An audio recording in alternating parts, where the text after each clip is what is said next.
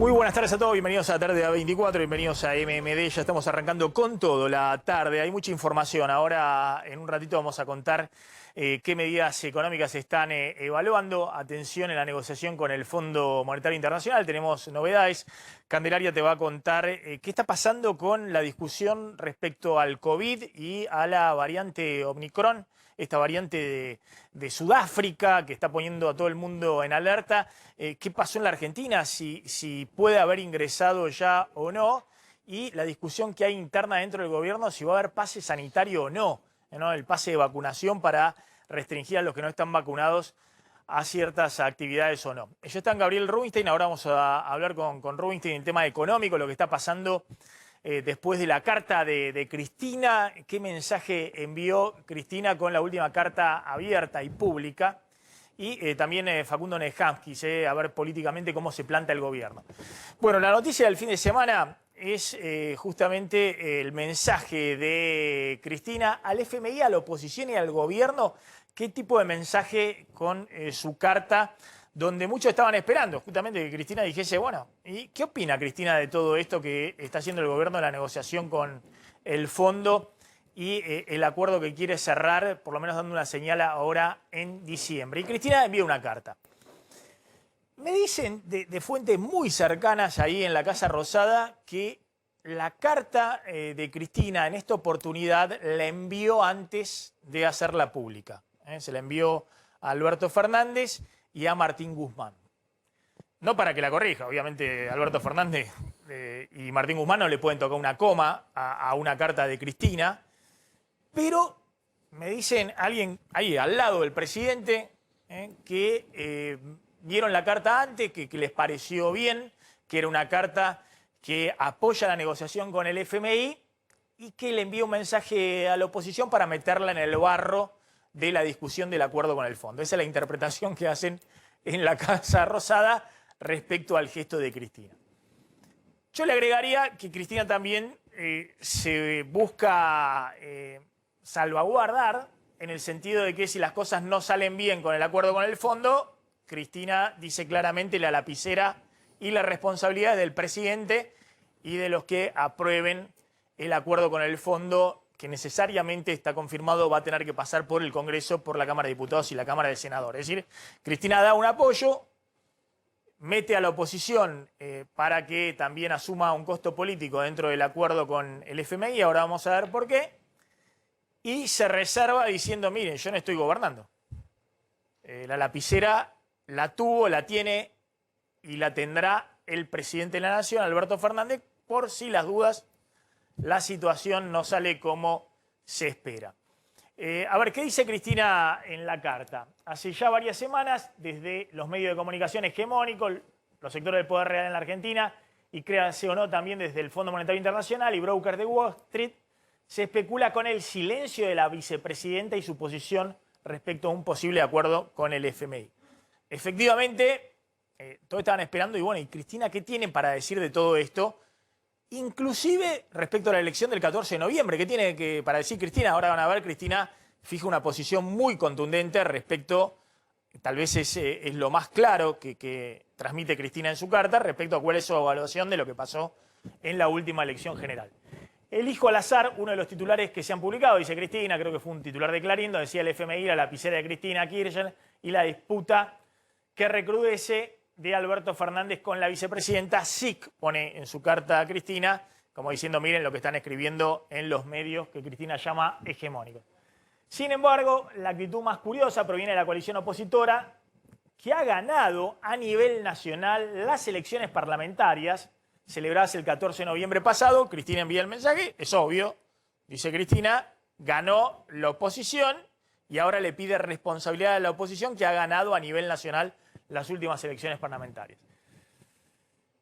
Dice que la oposición, declaraciones como no vamos a decir nada del acuerdo con el FMI hasta que Cristina no opine, son moneda corriente en portales, programas de TV y redes sociales. Cristina reclamando, bueno, lo que tiene que decir son los que ganaron. La oposición, en serio, que los mismos y las mismas que trajeron la vuelta del FMI a la Argentina reiniciando el ciclo trágico de endeudamiento que Néstor Kirchner había dejado clausurado en el año 2005. Hoy no se hacen cargo de la deuda, buscando llevar un poquito al barro de la discusión actual a la oposición. Y agrega Cristina en su carta: en serio que los mismos y las mismas que recorrieron el país y los canales de televisión recitando el mantra hay que quitarle la mayoría a Cristina en el Senado para que el Congreso no sea una escribanía del gobierno, ahora quieren que Cristina defina si el acuerdo con el FMI está bien o mal, se pregunta de manera retórica la vicepresidenta. Y acá plantea que efectivamente perdió el quórum en el Senado, que es una cosa histórica, el oficialismo. Vamos, por favor, la política debe dejar de ser solo un show para la televisión, bla, bla, bla. Y acá dice: con el advenimiento de la democracia, el peronismo no tendrá quórum propio en la Cámara de Senadores por primera vez desde 1983, planteando que la derrota del oficialismo en esta última elección ha sido histórica, tanto es así que ha perdido el quórum propio en el Senado. Cuando se busca el voto popular en las elecciones libres y sin proscripciones, se debe ejercer la responsabilidad de esa representación, dice Cristina. Dice, bueno, ahora que tienen la forma de equiparar el peso del oficialismo en el Senado, que ganaron la elección nacional, ¿qué opinan del acuerdo con el fondo? Lo van a tener que aprobar no solamente el oficialismo, es decir, los diputados y senadores del kirchnerismo, sino también de la oposición. Bueno, vamos a la próxima. ¿Por qué Cristina plantea que ahora tienen que hacerse todos cargo del acuerdo con el fondo? Porque dice algo que es cierto, que el 11 de noviembre pasado se aprobó la ley de fortalecimiento de la sostenibilidad de la deuda pública, que fue una ley que se aprobó con una amplia mayoría. En el Senado se aprobó con 65 votos a favor, es decir, con votos también de Juntos por el Cambio.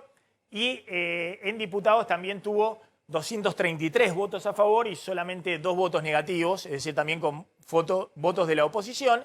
Y esa ley lo que establece es que todo endeudamiento que tome la Argentina, ya sea deuda privada o con organismos internacionales, empezando por el FMI, tiene que pasar por el Congreso, tiene que convertirse en ley, tiene que haber una autorización del Congreso para que pueda aprobarse.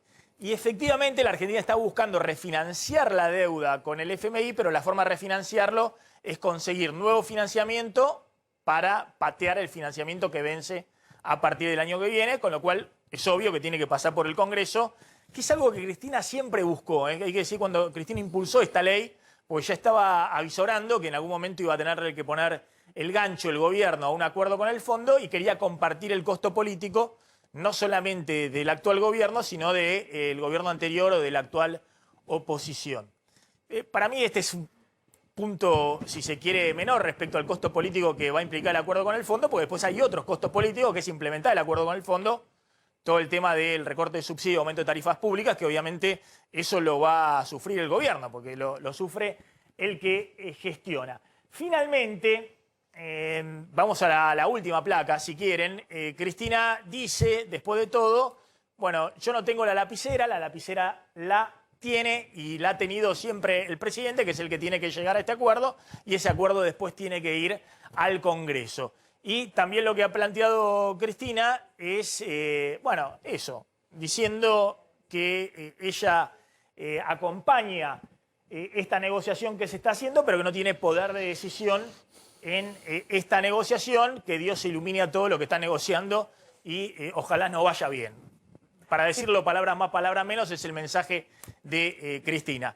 Te pregunto, Facundo Onejam, que ahora vamos a ver desde el punto de vista económico qué reacción hay también en los mercados respecto a la carta de Cristina.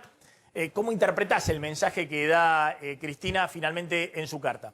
No, a ver, en primer lugar es una mejor carta que la carta después de las primarias, ¿no? Es decir, es una carta, digamos, menos condicionante para el presidente. El presidente anunció un plan justo el mismo día de la elección y por ahora en esta carta no aparece una negativa frente a la idea presidencial de mandar un plan plurianual al Congreso, que todos sabíamos que en realidad es el acuerdo con el fondo. Entonces, desde ese punto de vista, me parece un avance. Ahora, tampoco queda clara cuál es la posición de Cristina respecto a ese eventual acuerdo, que ella, entendemos, debería saber ya cuáles son las condiciones. Si ese acuerdo tiene un nivel más o menos avanzado, se supone que tanto el presidente como Guzmán le han contado a ella esos detalles y ella debería estar de acuerdo.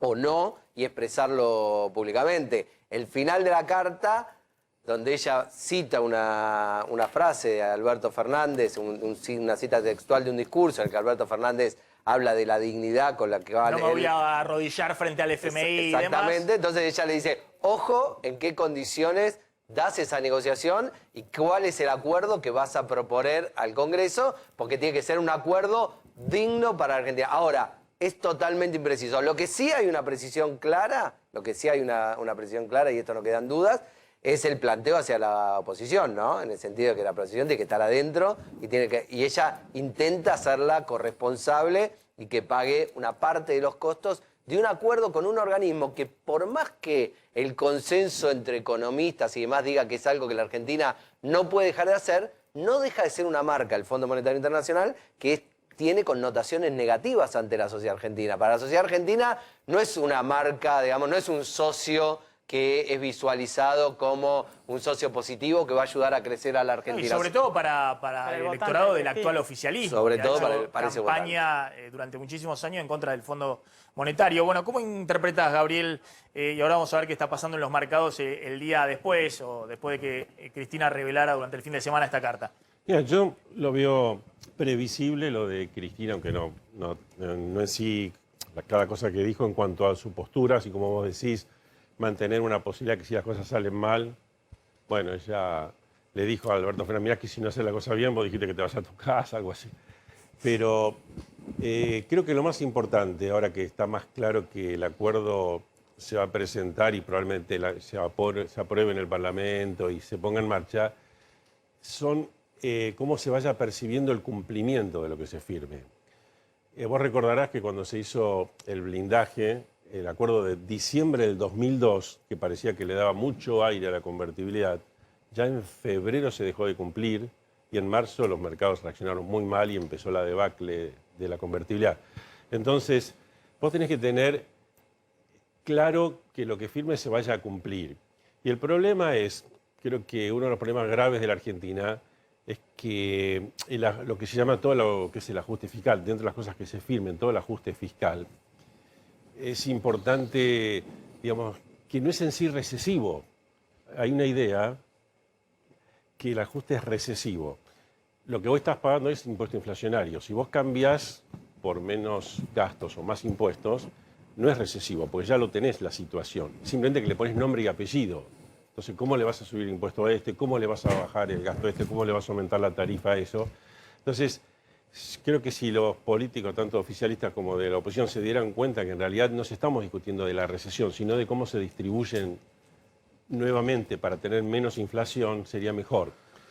Y sería más fácil la negociación y sería más fácil el cumplimiento. Porque lo que los mercados van a ver, si el gobierno lo afirma con convicción y lo cumple, vamos a ir en la posibilidad de que la economía ande bien estos 2 años es bastante buena, bastante alta. Ahora, si el mercado empieza a percibir que en cualquier momento se deja de cumplir y vuelve el fantasma de default con el FMI y con los bonos y demás, y bueno, ahí las cosas van a estar mal y vamos a tener de vuelta los mismos problemas que estamos teniendo y se pueden agudizar. Ahora te voy a preguntar respecto a los costos que se van a pagar en el verano para algunos sectores, si efectivamente se encamina el acuerdo con el fondo y aunque sigan negociando, eso se va a instrumentar a partir del verano. Básicamente aumento de servicios públicos, aumento de combustibles y otras tarifas que vienen congeladas, una inflación ya del 50%. ¿Qué está pasando en el mercado en el día de hoy? Bueno, un dólar de paralelo está igual que el cierre del viernes, 201 pesos, y un mercado, digamos, de los dólares libres un poco hacia abajo, digamos. Lo que está ocurriendo ahora en el mercado es que el mercado tomó en primera instancia la carta de Cristina como que Argentina efectivamente va en el corto plazo a un acuerdo con el Fondo Monetario y por eso tenemos a los dólares financieros libres que al cierre de la semana pasada estaban en 215 pesos, ahora están más cerca de los 210 pesos. O sea, hay una baja de 4 o 5 pesos respecto del viernes, pero aún se mantienen bien por encima de los 200 pesos. Los bonos tienen mínimas mejoras, los bonos en dólares, tanto que cotizan aquí como en Wall Street, mínimas mejoras, pero claro, después de un derrape muy importante de las últimas semanas. Perdóname, ¿tenemos a alguien en Wall Street para ver un poquito cómo evalúan eso? Porque así cerramos un poquito la reacción de los mercados. Vos decís que no ha habido grandes cambios, digamos. No. No es que vendieron todo después de la carta de Cristina. No, al contrario, lo que hay es en algunos bonos una leve suba, digamos, en otros se mantienen los mismos precios, pero no hay una reacción, digamos, que uno pueda pensar que después de la carta, digamos, hay una caída adicional de la que vimos en las últimas semanas. Bueno, tenés una información de último momento, Candela. Sí, porque han detectado un caso de COVID positivo en un barco, en un crucero, que llegó por error. Se le permitió llegar al puerto de Buenos Aires porque un funcionario de sanidad confundió dónde quedaba Cabo Verde, pensó que quedaba en Asia y queda en África. El barco llegó el día viernes, se le permitió a la tripulación y a los pasajeros bajar a tierra, se los hisopó. Cuando se confirmó que Cabo Verde queda en África, se los hizo subir nuevamente al barco y luego detectaron un caso de COVID positivo, lo que hace que todos los pasajeros y la tripulación estén en este momento aislados en el barco y vamos a ver qué es lo que pasa. Están viendo si detectan cuál es la cepa de COVID que este pasajero tiene de contagiado. Porque bueno, claro, se tiene temor a la cepa, a la nueva cepa sudafricana. Ahora vamos a hablar un poquito del tema porque hay mucho ruido con el tema COVID nuevamente, obviamente en todo el mundo, en Europa, en Estados Unidos, pero acá en la Argentina también empieza a discutirse qué va a pasar, sobre todo una vez que transcurra el verano, ¿no? Ha habido un aumento de casos en las últimas 2 semanas, pero sobre todo se está proyectando qué pasa si entran las nuevas cepas una vez que transcurre el verano. Por eso se está discutiendo también dentro del gobierno qué hacer para acelerar la vacunación, que también se ha estancado en los actuales niveles, y qué va a pasar si va a haber o vacunación convulsiva u obligar a determinados sectores que si no tienen vacunación no puedan usar transporte público, no puedan ingresar a lugares cerrados, Hay todo un shoppings debate y demás. Se está discutiendo eso entre el gobierno nacional y el gobierno de la provincia de Buenos Aires. Y yo decía, Gabriel, el gobierno está negociando un acuerdo con el fondo que tiene básicamente metas fiscales, metas monetarias y meta de acumulación de reservas. Hay que ver qué pasa con el tema dólar. Está claro que el FMI, fíjense lo que hemos dicho, las señales que ha dado en los últimos días el gobierno con el Fondo Monetario en sintonía, dejó de intervenir primero en la brecha cambiaria, dejó de intervenir en el dólar de 170, 180 pesos, y esos dólares se fueron arriba de los 200 pesos. Después anunció que se terminaba el financiamiento a gasto de turismo en el exterior, otra típica medida avalada por el FMI, digamos, cuiden las reservas, no usen los dólares de las reservas para financiar gastos en el exterior con un dólar subsidiado, con un dólar por debajo de los dólares libres. Bueno, da la señal que en noviembre, aunque son meses de mucho déficit fiscal, noviembre y diciembre, recurrió menos a la emisión monetaria y más a tomar deuda en el mercado local, no consiguió financiamiento neto y bueno, que la deuda la va a pagar con DEX, es decir, con los derechos especiales de giro. Se va a pagar ahora la deuda con el FMI para esperar algún reembolso por parte del fondo el año próximo. Pero bueno, ese es un capítulo, ¿no? Liberar un poco los dólares. Y voy a dejar picando, veamos la placa de los dólares que hay en la Argentina. Ojo que el fondo no termine de enfocar el otro dólar que ha quedado un poquito más barato que el resto, y ha quedado más barato porque ahí también interviene el gobierno, que es este dólar turismo o el dólar ahorro, que está en 175 pesos, que es una oferta hoy en base a cómo está el resto de los dólares, que están todos arriba de 200 pesos. Y ojo que el fondo no diga lo obvio, diciendo, uy, ¿qué están haciendo con ese dólar ahí a 175 pesos? Que está así porque ustedes tienen el dólar mayorista y minorista controlado con la reserva del Banco Central. Entonces, ¿por qué están financiando compras con tarjeta al exterior, turismo en el extranjero y atesoramiento de 200 dólares por mes con 175 pesos cuando el resto de los dólares están en 200 pesos? Típico razonamiento del fondo que vamos a ver cómo decanta en las próximas semanas. Y el otro capítulo es el aumento de tarifas de servicios públicos, que obviamente para una economía con 50% de inflación y un impacto sobre todo en sectores medios, medio bajos, y en todos los sectores, porque van a tener que aumentar tarifas en todos los sectores, más allá de que hagan segmentación, qué impacto eso puede tener desde el punto de vista económico y político. Está Diego Ferro, que es economista, director de M2M Capital, inversiones en Wall Street. Diego, gracias por atendernos, muy amable. ¿Cómo interpretan desde Wall Street la carta de Cristina? Decíamos, ha habido estas últimas 2 o 3 semanas después de la elección un clima muy negativo con la Argentina, la idea de que Argentina no es incurable, y han vendido y siguen vendiendo bonos de la deuda argentina a valores de remate. Los inversores, tanto locales como extranjeros. ¿Cómo se interpreta? Hasta ahora se venía pidiendo, bueno, que la vicepresidenta fije un poco la posición que hay respecto a la negociación del fondo, que tiene gran parte del capital político de la coalición de gobierno. ¿Cómo están interpretando y cómo ves que eso está repercutiendo allá en Wall Street? Digo, yo a esta altura creo que cada vez importan menos lo que se dice, y yo creo que la gente está esperando a ver lo que se hace.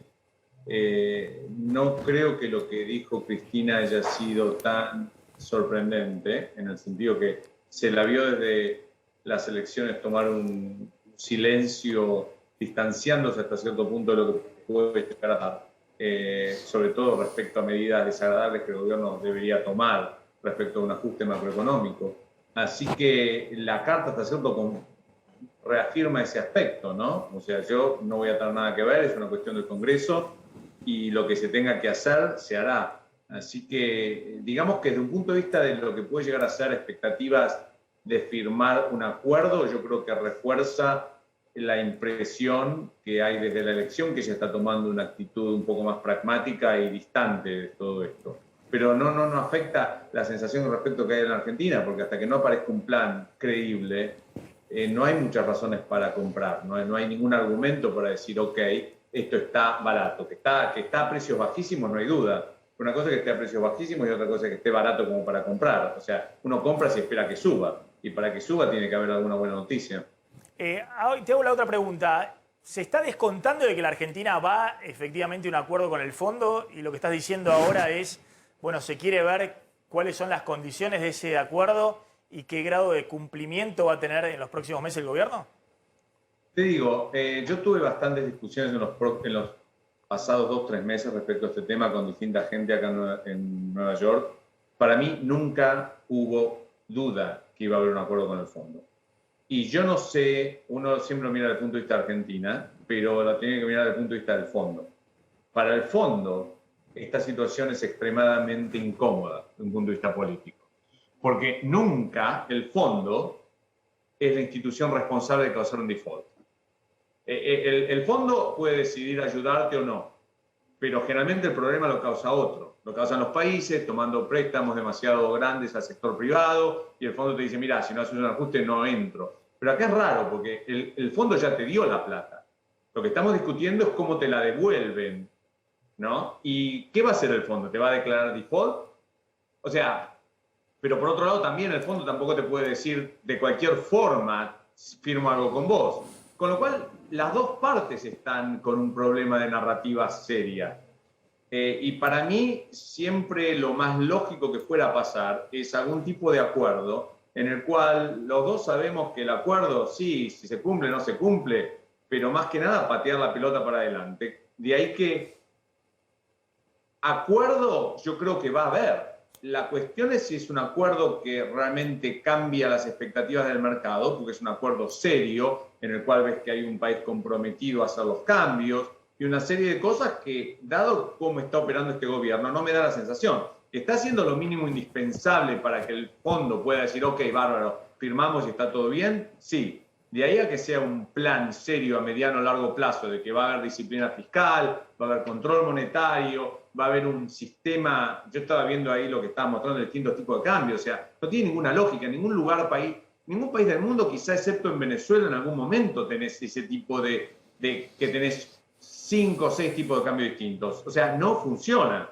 ¿ok? Y evidentemente siempre le estás corriendo de atrás para resolverlo. Así que el fondo acepte algo intermedio para salir del paso, yo creo que es lo más probable, porque no hay forma de que hagan un plan lo suficientemente serio que uno diga de acá a 2 años están con el mismo plan. Diego, gracias, sí, muy amable. Ahí estaba Diego Ferro, economista en Wall Street, bueno, contando un poco cuál es la visión desde afuera de la carta de Cristina y cuáles son las posibilidades hacia adelante. Gabriel, te plantea finalmente, más allá de que en el relato, en la mística del kirchnerismo, ya ponerle el gancho, un acuerdo con el fondo, tiene un costo, supuestamente. Por eso Cristina dice, el que tiene la lapicera es el presidente, siempre la ha tenido, y lo va a tener que resolver entre el presidente y la oposición en el Congreso. Después hay medidas que obviamente en una economía que tiene 50% de inflación, que básicamente trata de salir de la caída pandémica, digamos, cómo te vas recuperando y demás. Son costos que se pueden percibir muy fácilmente. ¿Cuáles crees que están primeros esos costos? Digamos, el tema de recorte de subsidios, aumento de tarifas. Sí. ¿Qué pensás para el verano en términos de costo de política? ¿El aumento de los combustibles, el aumento de la luz, del gas? ¿Qué es lo que primero se va a sentir? Mirá, yo creo que tarifas, el congelamiento actual no va a poder seguir. Como mínimo van a tener que subir como la inflación, como mínimo. El gobierno sabemos que está buscando segmentar, algunos que paguen mucho más que la inflación, otros que paguen menos. Es muy complejo, quizás lo logren, pero como mínimo eso. Ahora eso para que no aumente la cuenta de subsidios. De ahí, porque para bajar subsidios tendrías que tener aumentos, supongamos que la inflación vaya no sé, hacia el 40, tenés que aumentar el 60, tenés que aumentar 20 puntos más que la inflación, con lo cual ya el golpe es muy grande.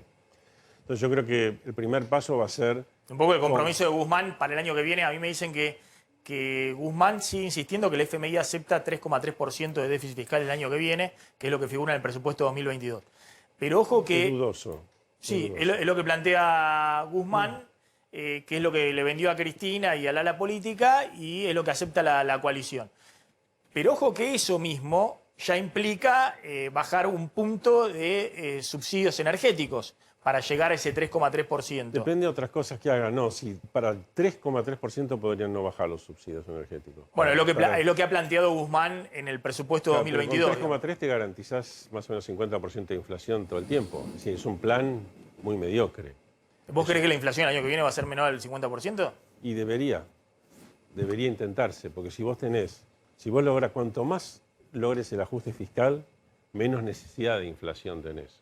Entonces, es como si Argentina quiere convivir con 50, 60% de inflación, ok, pero las cosas van a estar siempre muy tensas. Pero vos ves en un año que tenés que subir tarifa de servicios públicos, tenés que acelerar la suba del dólar oficial. Aún así vos ves que la inflación se puede desacelerar el año que viene. Claro, y aparte se podría, aunque vos tengas al principio algún golpecito, yo pienso que no va a haber maxi devaluación, pero aún con si devaluamos, no sé, 3% por mes, tarifa también 3%, bueno, al principio podés tener un efecto que te cuesta un poquito bajarla más, pero a la medida en que no tengas que vos bajás los ritmos de emisión monetaria, podés ir acomodando esas variables a un valor menor que sean compatibles con la emisión monetaria y bajás la brecha aparte cambiaria. Porque la brecha, el dólar contado con liquidación está muy ligado a la cantidad de emisión monetaria. Si vos eso lo bajás, esa estrategia de devaluar de a poquito, por ahí un contado con liquidación que aumente muy poco, vas a tener la inversa. El contado con liquidación por ahí te aumenta 1% por mes y el otro 3%, y vas bajando la brecha y las cosas empiezan a mejorar. Y la inflación después del otro año puede bajar y podés tener inflaciones a la baja. Porque todo tenés más o menos compatible con una inflación monetaria menor. Pero eso tiene que ser con un acuerdo que nuevamente tiene... Sos optimista. Ese planteo que vos hacés es el que me imagino el que está tratando de venderle Guzmán al ala política y después venderle a los sindicatos también, para que negocien el año que viene salarios no con la inflación del 50 y pico % de este año, sino proyectando, no sé, pero 35 como dice Guzmán. Ahora parece demasiado Pero bajando optimista. el déficit, porque si vos, el fondo estaba por ahí pidiendo 2,5 de déficit, por ahí podés hablar 2,8. Ahora, si vos querés 3,3, este año por ahí termina 3,5. 3,3 no es nada. Es como que estás diciendo, no quiero solucionar los problemas fiscales, los quiero mantener, tampoco quiero solucionar los problemas inflacionarios, quiero que se mantenga todo como está. Y bueno, entonces, ¿cómo haces para bajar la brecha del 100% al 30% en 2 años? ¿Cómo haces si no estás haciendo nada de nada? Entonces, tendrías que poder no solo decir no me voy a deteriorar más, sino voy a empezar a mejorar. Eso es lo que puede... Por eso te digo, si el 3,3 me luce como algo muy poco ambicioso y que no nos va a sacar de la situación en la que estamos. Yo insisto en lo que te estoy planteando. Digamos. Yo también creo que hay completo la información. Guzmán dice 3,3 en 2022 y plantea un sendero para llegar a déficit cero en 2026, que es en la Argentina la ciencia ficción total. El FMI le dice déficit cero en 2024 y para eso anda más rápido en el 2022 porque el 2023 es el año electoral. Entonces, ¿quién te cree que en el 2023 vas a hacer un ajuste fiscal adicional?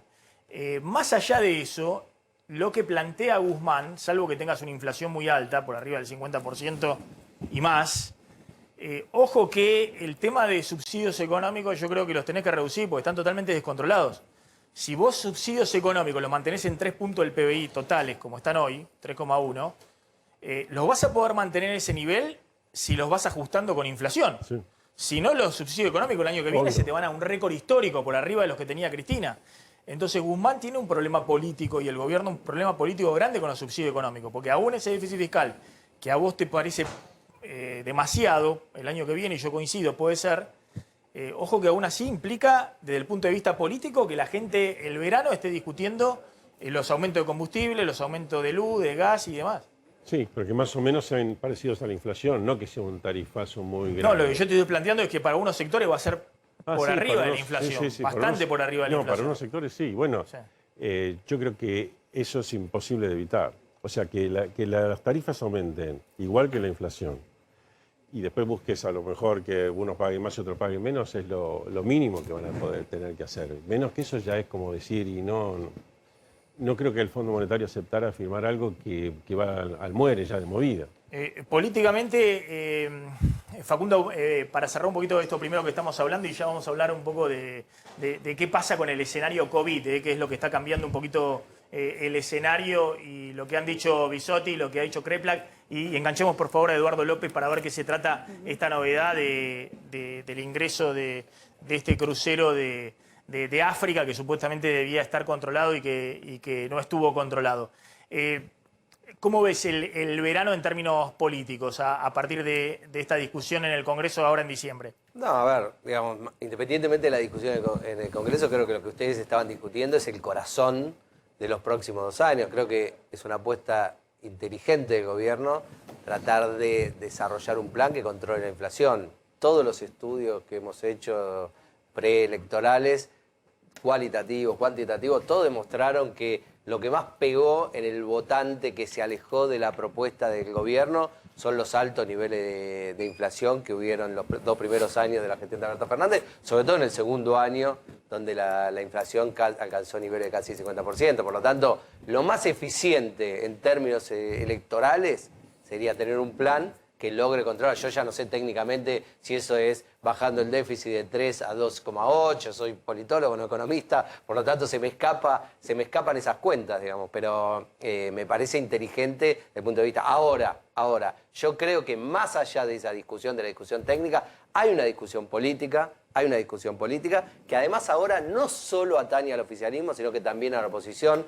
Yo creo que la carta de la vicepresidenta, planteando la cuestión de la oposición no es menor, porque se da justo en el marco de una discusión interna muy fuerte que tiene hoy la oposición, y una oposición que no puede tener una oposición homogénea sobre estas cuestiones son un obstáculo en el Parlamento para alcanzar los supuestos consensos y acuerdos de largo plazo que se requieren para tener un acuerdo con el fondo que sea no solo un parche para 2, 3, 4 meses, sino que permitan después alcanzar una senda de crecimiento sostenible para la Argentina. Y ahí creo que hay una dinámica interna en la oposición que tiene que ver con la competencia por el liderazgo, que tiene que ver con la aparición de los liberales, que tiene que ver con una serie de cuestiones que le van a dificultar mucho a la oposición alcanzar acuerdos internos para sentarse a negociar con el gobierno. Ahora la seguimos y le voy a preguntar a Gabriel Rubinstein el tema de los depósitos, con qué está interviniendo el Banco Central del Mercado Cambiario, también para llevar un poquito de tranquilidad, porque cuando vos estás caminando en la cornisa, en el borde, también empiezan a surgir todo tipo de versiones en redes sociales, en WhatsApp y demás para ver si te terminan de empujar, ¿no? Ya lo hemos visto en otro momento. Nosotros contamos los desequilibrios enormes que tiene la economía argentina, pero que hay algunas pequeñas, pocas cosas que están sólidas y que me parece que en un ratito vamos a poder aclararlo, un poquito el tema de depósitos en dólares y demás. A ver, ya vamos a hablar con Leandro Santoro, que está en los estudios. Una discusión que hay con el FMI, que está claro que el gobierno va contrarreloj a dar alguna señal en diciembre y a cerrar el acuerdo, un acuerdo ahora en el verano, porque ya lo hemos contado varias veces, si no, no estaría haciendo todas las cosas que está haciendo. Más pagarle al FMI con los DEC, que es el último resguardo de reservas que tiene. Y aparte porque después de hacer esto de pagarle al FMI está en rojo total con las reservas disponibles en el Banco Central. Entonces necesita sí o sí hacer un acuerdo para que por lo menos el FMI el año que viene te devuelva lo que le pagaste este año. Una discusión de fondo es si va a significar un service que le permita al gobierno recomponer un poquito las reservas, llegar a abril, mayo, que ingresan los dólares de la cosecha y de esa manera acomodar un poco las cosas en el año no electoral, el año que viene, para poder tener un poco de margen adicional en el 2023, o si puede marcar un cambio en el rumbo de la crisis, que es un poco lo que venimos diciendo, esta crisis permanente, ya por lo menos desde el 2018. Y después vamos a hablar un poquito de las cosas técnicas, ¿no? Que me parece que han quedado un poco de lado. Que Argentina quería a 20 años y va a ser a 10, que quería que le bajaran la tasa y bueno, va a quedar todo eso como adendas en el acuerdo si en el futuro alguna vez el FMI lo corrige. Me dicen que Guzmán está muy preocupado por ver si puede negociar que los pagos que se hagan al FMI, más allá de tener este plazo de gracia de que no hay que pagarle nada hasta el 2024, que después caigan más que nada a partir del 2028, 2029, es decir, en los últimos años del acuerdo a 10 años, para no amontonar, ojo que veníamos advirtiendo que la Argentina va a amontonar todo el cronograma de vencimiento con los acreedores privados y con FMI, si no hace esto en 2025 y 2026, con lo cual el próximo gobierno empieza a contrarreloj y le queda en el segundo mandato en la segunda mitad del próximo gobierno todos los vencimientos acumulados que son imposibles de refinanciar en el mercado financiero para un país como la Argentina. Entonces Guzmán está discutiendo a ver si pagan el 2028 y 2029 empieza a pagar a capital con el FMI o no, digamos, cuestiones técnicas, ¿no? Pero la base principalmente es cómo afrontás un programa que en el corto plazo inexorablemente va a tener costos políticos, ¿no? Un poco lo que hablamos con Rubinstein. ¿Qué información adicional hay, Candelaria, de esto que estábamos hablando, los cruces en el gobierno por el tema de la variante sudafricana y cómo avanzar y acelerar la vacunación a casi 7 millones, 8 millones de personas que están esperando la segunda dosis? Que no completaron su esquema de vacunación. Bueno, el viernes hubo una reunión del COFESA, el comité que trabaja todos los temas de salud, es decir, los ministros de salud de las provincias junto con la ministra de Salud de la Nación, y se anunció, nosotros lo dijimos y se anunció por todos lados, este pase sanitario, pero el pase sanitario, que es una aplicación nueva o que va a estar dentro de la aplicación Mi Argentina, que garantiza que uno tiene las 2 dosis, se va a poder exigir para eventos masivos. Hoy, hablando de la preocupación que hay por la nueva variante sudafricana, el ministro de Salud de la provincia de Buenos Aires dijo que esto podía ser para transporte público y lugares de trabajo. Por lo cual la ministra Bisotte tuvo que salir a aclarar y a desmentirlo a CREPLAC y explicar que no es, por ahora no se está evaluando que el pase sanitario sea para poder moverte en transporte público y para que los distintos organismos o empresas privadas donde la gente trabaja lo exijan. Por ahora solo se está pensando en aplicarlo como obligatorio para eventos masivos.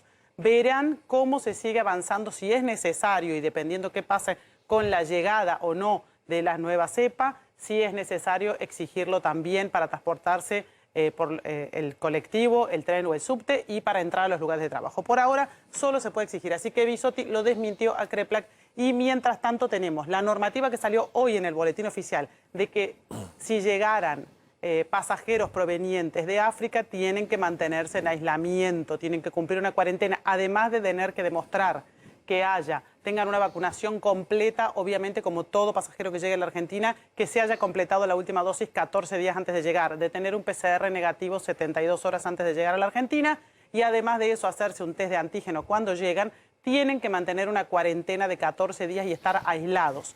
Y esto se conoció en el boletín oficial de hoy, justo cuando han pasado ya algunas horas de este episodio del barco. Nosotros en un ratito lo vamos a estar contando con Hay el países móvil. que directamente suspendieron vuelos desde África, ¿no? Sí, sí. Que fueron más drásticos. Nosotros también hemos... Inglaterra y demás que se le ha suspendieron vuelos desde planteado, se ha África. planteado la posibilidad de que se suspendan los vuelos, de que tienen, dejar solo a aquellos que están programados dentro de las próximas 48 horas y suspender los que siguen. Suspender los que siguen, pero este problema, esta confusión, este error que se cometió con el barco que viene de Cabo Verde, realmente desató toda una polémica porque además hay un caso de COVID positivo detectado dentro de este crucero. Bueno, me comentan cuando esté Eduardo López, así enganchamos con este tema, no va a tener problema Leandro Santoro si lo sacamos a López al aire. Gracias por venir, como siempre. Muchas gracias. Bueno, no te voy a preguntar la típica, ganaron o perdieron la elección y demás.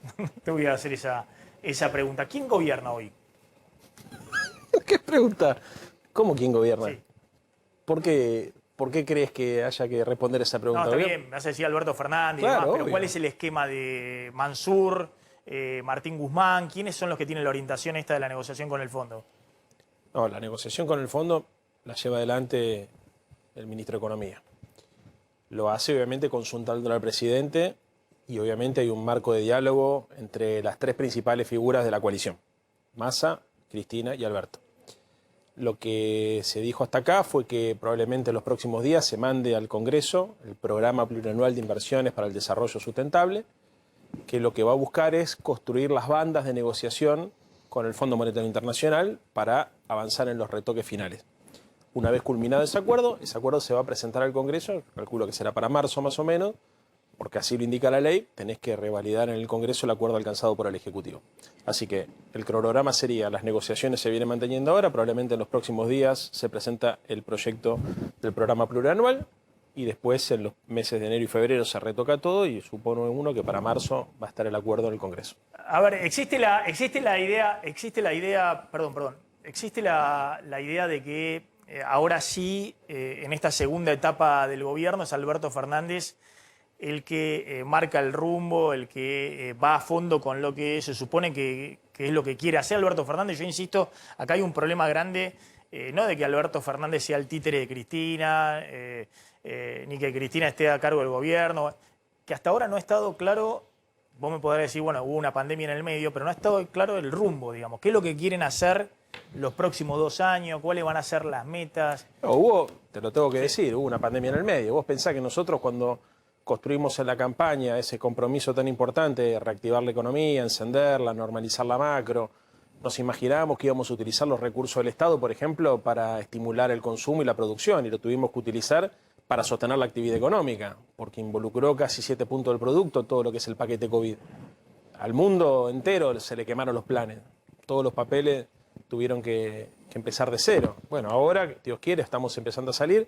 Acá hay 4 objetivos claros, que es estabilizar la economía, garantizar el crecimiento, distribuir el ingreso y la riqueza y modernizar la estructura económica y productiva de la Argentina.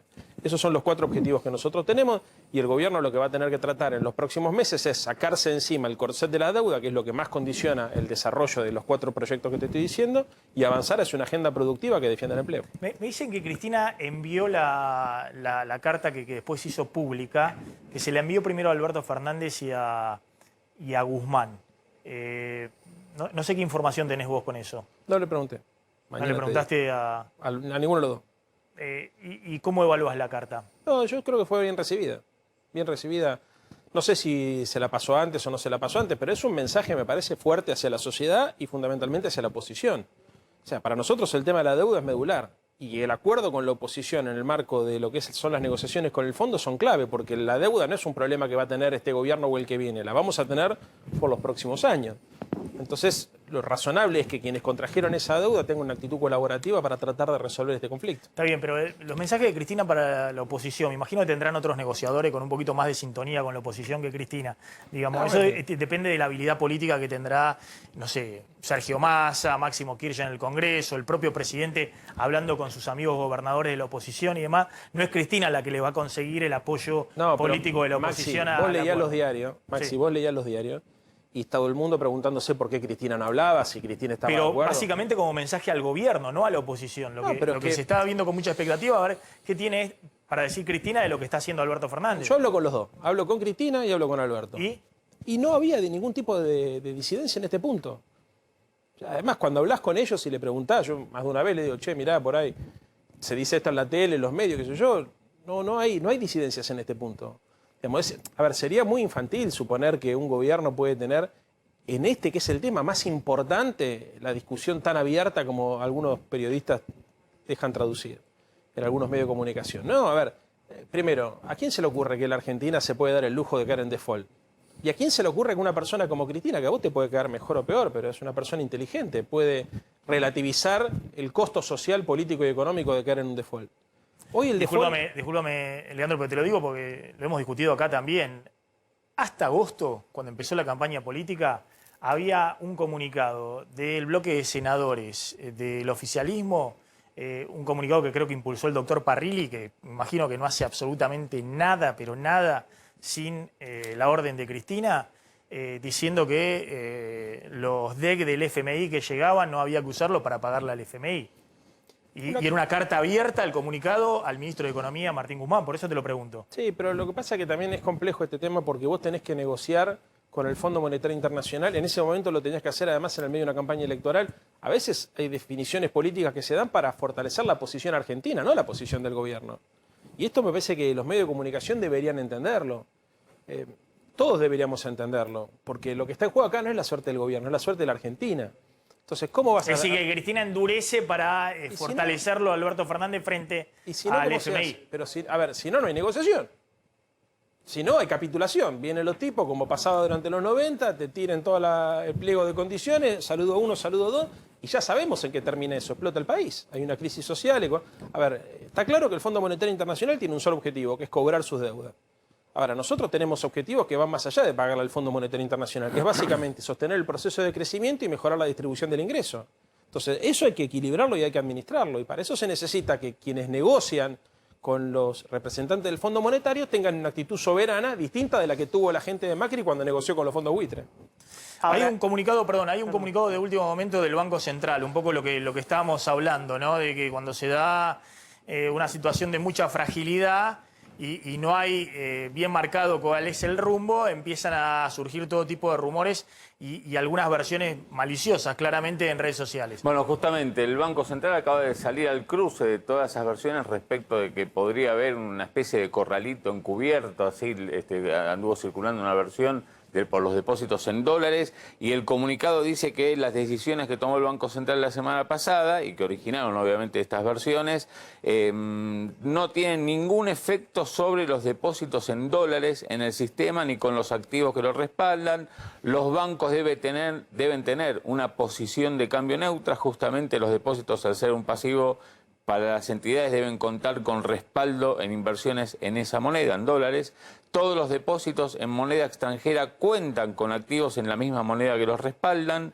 Adicionalmente, existe una normativa específica con más de 20 años de vigencia que exige particularmente que los depósitos en dólares estén respaldados por activos en dólares. Las entidades financieras, además, cuentan con una liquidez récord en dólares y en pesos. Con lo cual, bueno, el Banco Central lo que hizo fue salir al cruce de estas versiones, estos rumores, en un momento muy especial porque, como venimos contando acá, los depósitos en dólares vienen goteando, digamos, muy levemente en las últimas semanas, se van del sistema financiero y, bueno, cuando se genera un rumor, unas versiones de corralito en estas circunstancias, pueden justamente generar una especie de puerta 2 y salida de depósitos en dólares. El Banco Central sale a decir que no hay ninguna situación. A ver, nosotros venimos monitoreando qué pasa con los depósitos en peso y con los depósitos en dólares, ¿no? Los depósitos en peso venimos diciendo que los minoristas están saliendo un poco a la brecha cambiaria, que hay que mirarlo con atención, que los depósitos mayoristas de más de 1 millón de pesos están estabilizados, que no hay problema. Que eso hay que mirarlo con atención porque si seguís dando vueltas y demás son el combustible para la brecha cambiaria. Todos los pesos que hay en el sistema, hay 3 billones de pesos en el sistema financiero. Si van a correr al dólar, tenés un problema grande, porque los bancos le tienen que pedir al Banco Central que desarme la LELIQ, que le dé los pesos para devolver a los depositantes. Los pesos están, porque obviamente lo que tiene Argentina son pesos y lo que tienen los bancos son pesos, pero si eso ocurre vamos a tener una brecha cambiaria mucho más grande, es decir, vamos a tener los dólares más disparados. Entonces es un riesgo que hoy no está ocurriendo. Respecto a los depósitos en dólares, la Argentina ha generado, a partir de la crisis del 2001-2002, una sola cosa aprendieron los políticos en la Argentina, una sola, y lo han respetado todos los gobiernos, que no puede haber descalce de moneda en el sistema bancario. Es decir, que si un banco toma un depósito en dólares, solo le puede prestar a un exportador que cobra en dólares. No le puede prestar al almacenero de la esquina o al kiosquero o al que tiene el restaurante que cobra en pesos y que si hay una devaluación no te va a poder devolver ningún dólar, sino que le presta a los exportadores que cobran en dólares afuera y que cuando más se devalúe, más capacidad de devolver esos dólares tienen. Lo que ha ocurrido en los últimos meses, que como todos están esperando una devaluación en el futuro del tipo de cambio oficial, hasta los exportadores que cobran en dólares vienen devolviendo los créditos, vienen diciendo, no, yo no quiero crédito en dólares a los bancos. Entonces le devuelven los dólares a los bancos y los bancos están con los dólares de los depositantes poniendo, más allá de lo que los encajes dicen, es decir, los que tienen que dejar inmovilizados en el Banco Central, una cantidad mayor. Entonces hay 15.000 millones de depósitos en dólares y hay 11.000, 12.000 millones de encaje en el Banco Central. Es decir, ¿por qué? Porque los bancos no le están prestando a los exportadores, porque los exportadores dicen, te devuelvo. Y cancelaron la línea de crédito en dólares. No lo quiero. Es más, los exportadores pícaros se financian en peso con tasa subsidiada que el propio gobierno impone.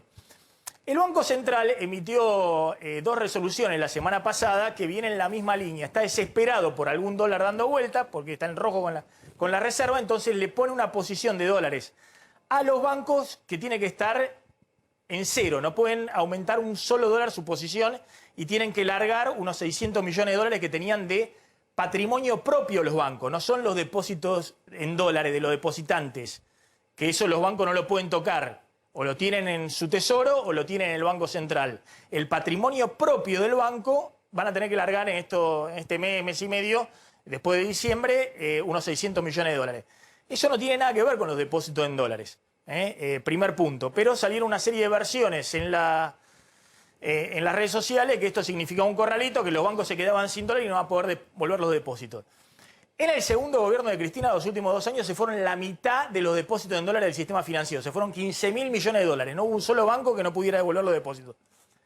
En el gobierno de Macri, a partir de agosto de 2019, cuando ya se había devaluado desde el 2018 un montón, empezó una corrida que se fueron de nuevo la mitad de los depósitos en dólares. Había 33.000 millones de dólares en el sistema financiero, hoy hay 15.000. Se fueron la mitad. Y no hubo un solo banco que no pudiera devolver los depósitos en dólares. ¿Por qué? Porque los dólares estaban prestados a exportadores y lo que hacían los bancos, le cancelaban las líneas al exportador y le devolvían a los depositantes. Ahora están bastante estabilizados los depósitos en dólares. Es cierto que han caído 600 millones de dólares en las últimas 2 o 3 semanas. No son cifras tan significativas. Pero bueno, todo este tipo de versiones se dan también en el contexto donde el Banco Central está rascando la olla de otros dólares, viendo a ver cómo largan los dólares aquel que tiene dólares. Pero me parece que hasta ahora ha dado la señal de que si hay algo que no se toca en la Argentina son los depósitos en dólares. Esa es hasta ahora la señal que ha dado. No sé si querés completar algo, Gabriel, con el tema de cómo está interviniendo en el mercado cambiario el Banco Central, que está por debajo de las reservas líquidas que tiene, y obviamente está haciendo distintos manejos, como hizo en octubre del año pasado, en el corto plazo, para mantener estable el dólar en el margen, usando dólares de todos lados. Sí, cuando vos haces las cuentas de las reservas netas del Banco Central, 4.500, si vos le restaras los DEX, que son para pagarle al fondo, le restaras el oro, llegás a un concepto que podrían ser las reservas líquidas, que te daría negativo en 1.500. Entonces, si el Banco Central hizo uso, o estaría usando los swaps que tiene con China, o con Basilea, o está alquilando oro, debería informarlo. Porque si no, si el Banco Central no informa eso, La conjetura es que está usando plata de los encajes bancarios y eso es inquietante. Entonces, como el Banco Central no informa nada, es un problema. O sea, el Banco Central, si bien te tira este comunicado, está haciendo cosas sabiendo que está la situación de reservas crítica. O sea, por un lado el gobierno te dice, las reservas son robustas, cosa que para nada es así. No. Por otro lado, no te informa si está haciendo uso de swaps y entonces, si no usa swap, es que está usando encajes. Si no usa ni lo de CEDESA, ni el oro, ¿sí? Y no usa swap de Basilea, quiere decir que está usando encajes. Y eso es preocupante. Y el Banco Central no lo informa. Entonces sería bueno que el Banco Central informe también esta situación. Sí, lo que me decía, bueno, vos estuviste también en el Banco Central, también Martín Redrado, que fue 6 años presidente del Banco Central, fue el presidente que más tiempo duró en el Banco Central. Lo que me decía también, viendo estos niveles de reserva muy, muy bajos que están en rojo, que están usando o parte de los D que yo no los pongo en las reservas netas, los pongo arriba, se van a usar ahora para... O están alquilando el oro que tiene en Basilea el Banco Central y sobre eso están pidiendo un préstamo de pocos días para que le dé dólares líquidos. O están usando un alquiler de los dólares que tiene CEDESA, que es el organismo que respalda los depósitos en pesos para que transitoriamente contra los DEC o contra parte de los préstamos que hay en Basilea le pueda facilitar algunos dólares para intervenir. Digamos, cosas que no son sostenibles en el tiempo, cosas que son de muy corto plazo y por eso está... Claro, pero igualmente sería bueno informar, porque por derecha... Tendría que transparentar... El Banco Central podría decir, suponete, que con los depósitos en dólares, parte se puede financiar al Banco Central. ¿Por qué no lo hace? Porque justamente para preservar la idea de que son solo dólares. Sí. Ahora, si vos usás parte de esos dólares de los encajes por izquierda, estás dando una pésima señal. Entonces, como uno hace las cuentas y ve, che, me parece que están usando los dólares de los encajes. Da lugar a todo tipo de versiones y demás. Claro, ahí tendrían que clarificar completamente la situación. En una situación todavía más ajustada estuvo en octubre del año pasado el Banco Central. Obviamente eso no generó ninguna... Bueno, después lo recuperó rápidamente. Exactamente, preocupación para devolverlo después en dólares. Lo que quiero decir es que son versiones que se montan, coincido con vos, en base a no terminar de transparentar la información y dar la señal claramente hacia dónde vas. Vuelvo con Santoro. Había quedado picando el tema este de la carta de Cristina. Vos decías que es un apoyo al gobierno y en todo caso un mensaje al FMI de cómo se negocia en posición de fortaleza. Sí, es un mensaje a todos, a la política en general también. Necesitamos un acuerdo, el principal acuerdo de la economía argentina. Si no resolvemos el conflicto en el sector externo, cuyo primer paso es renegociar la deuda, después hay que ver cómo aumentamos las exportaciones, cómo sustituimos importaciones, cómo armamos un mercado de capitales en peso. Hay que hacer un montón de cosas, no es que resolviste el problema de la deuda y resolviste el problema argentino. Pero si no resolvemos el problema de los dólares, no podemos pensar ni en estabilizar la moneda ni en crecer. Por cada punto del crecimiento del producto hay 3 o 4 puntos de crecimiento de importaciones. Es el problema histórico, bueno, ya lo hemos hablado 20 veces, la estructura productiva desequilibrada. Pero ustedes son conscientes, porque también estamos discutiendo acá, ¿no? Que obviamente el gobierno va al acuerdo con el fondo. Y después hay que ver qué significa ese acuerdo del fondo. ¿Son conscientes que el dólar, no sea 210 pesos, 215 pesos, 200 pesos, es un dólar de, no sé si llamarlo de pánico, o un dólar de miedo a cómo sigue la Argentina, ¿no? Y aquel que tiene algún dólar, y hay muchos argentinos que tienen dólares fuera del sistema, el propio Banco Central hace el cálculo, más de 200.000 millones de dólares que están en la Argentina, pero fuera del sistema. Más. Hoy, si vendiera el dólar a 200, le saldría muy barato el costo de la construcción, Ahí estamos o le saldría muy barato un montón de cosas. Ahora, no sueltan esos dólares porque dicen, bueno, el gobierno no da certeza hacia dónde va. Bueno. ¿Y por qué no va a seguir subiendo en el futuro? Dos cosas. Primero, estamos trabajando en un proyecto de ley, lo hablaba con Sergio Massa la semana pasada, me contaba, para que justamente, para estimular la construcción, para que se pueda liquidar esos dólares que decís vos al dólar MEP, que además haya incentivos fiscales para la construcción afuera de la ciudad de Buenos Aires, una serie de cosas para darle más dinamismo a la construcción, que es uno de los tractores del crecimiento económico, además genera empleo fácil y rápido. Así que se está trabajando en eso como una salida alternativa. En segundo lugar, está claro que la brecha es un problema, está claro. También está claro, digamos, que la brecha es consecuencia del cepo que se pone en el 2019 y de todos los problemas que heredamos como consecuencia de una deuda irresponsable. ¿Cómo se resuelve eso? Lo primero que hay que hacer es renegociar con el fondo. O sea, Los agentes económicos tienen todos una actitud especuladora hace 50 años en la Argentina, como consecuencia de que todos sabemos, digamos, la dificultad que tenemos con la moneda y además la tendencia a la bimonetarización de nuestra economía, que tiene desde el Rodrigazo para acá. Entonces, mirá, Maxi, acá lo que hay que hacer es, primer punto, hay que resolver este tema. Primer punto, lo que hay que resolver es el acuerdo con el Fondo Monetario Internacional, porque el cronograma de vencimientos de 19.300 millones de dólares el año que viene, 19.000 millones el otro y 4.500 millones el otro es absolutamente impagable. Impagable. Por todo lo que te digo. ¿Pero ustedes creen que una vez resuelto eso, que estamos discutiendo que efectivamente se va a llegar a un acuerdo, ¿ustedes creen que resuelto una vez el tema ese de la deuda, ya está? No. Digamos, se achicó la brecha, No. de esa manera los argentinos empiezan a vender los dólares, se normaliza la situación. No. Pero la Argentina tenía una deuda con acreedores privados y con los organismos de crédito. Lo primero que tenía que hacer es resolver eso. Resolvimos la parte de los acreedores privados, una renegociación que fue exitosa, que le permitió al argentino ahorrar casi 38.000 millones de dólares. Se necesita ahora cerrar esta etapa. Después de eso la discusión está claro. Es lo que te decía recién. Yo te tiré varias cosas. De hecho, hay muchos proyectos que están presentados en el Congreso para estimular las exportaciones, el crecimiento económico de la Argentina. La ley de hidrocarburos, la ley de electromovilidad, la ley de compra argentino, la ley de autopartes, la ley, digamos, hay una innumerable cantidad de agroindustria, digamos, hay una innumerable cantidad de instrumentos que estamos pensando para llevar las exportaciones al número que todos esperamos. Hay 90.000, varias versiones 95.000. de que ese paquete de leyes que Alberto Fernández quiere impulsar junto con el acuerdo con el fondo no tiene buena receptividad en Máximo Kirchner y en el kirchnerismo duro. Y te doy el ejemplo de dos: hidrocarburo y agroindustria, que se hizo con el Consejo Agroindustrial Argentino, es decir, la grande cerealera, y que tiene todo un paquete de incentivos fiscales y demás, de estabilidad de retenciones y demás para los exportadores y para los productores de cereales. ¿Hay sintonía o son leyes que son vistas como muy favorables a ya sea a las petroleras o al sector agrícola, No, por una parte del gobierno? Son leyes que, primero, yo todavía no entré al Congreso, ¿no? Hasta el 10 de diciembre soy legislador porteño, con lo cual hay una parte de estas negociaciones que me la pierdo. Pero, por lo que tengo entendido, por lo que hablé con Alberto, son leyes que se construyeron básicamente en el acuerdo económico y social, digamos, ¿no? O sea, con la discusión con el resto de los actores de la economía. La importancia acá es tener claro que nosotros tenemos que estimular todo lo posible el crecimiento económico para alcanzar estos 4 objetivos que te decía: estabilizar la moneda, generar crecimiento, distribuir la riqueza y el ingreso y modernizar la estructura productiva.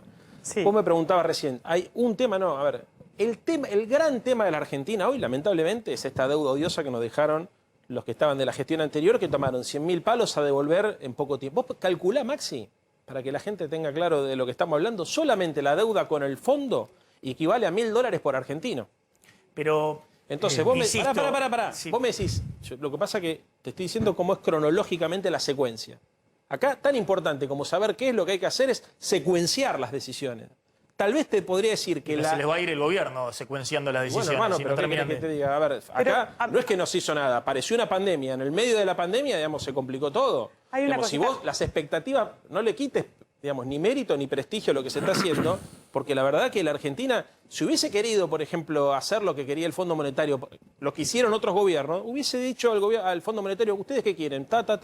Y eso hubiese significado probablemente un corsé para el crecimiento y para la estabilidad política y social.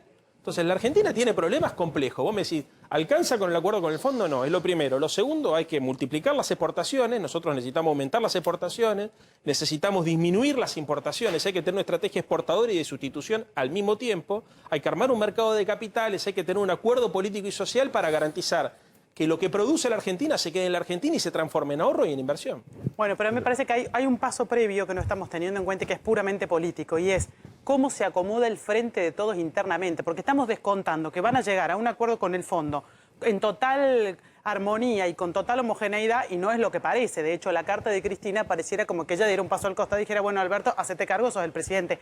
¿Cómo se resuelve la situación interna dentro del frente de todos para poder llegar con cierta armonía y estabilidad y tomando decisiones conjuntas o por lo menos consensuadas, por ejemplo, con el fondo? Mira, Cande, o sea, la carta para mí es clara. Para mí la carta es clara. Acá la Argentina tiene un sistema presidencialista. Lo que Cristina está diciendo, el que toma la decisión es el presidente.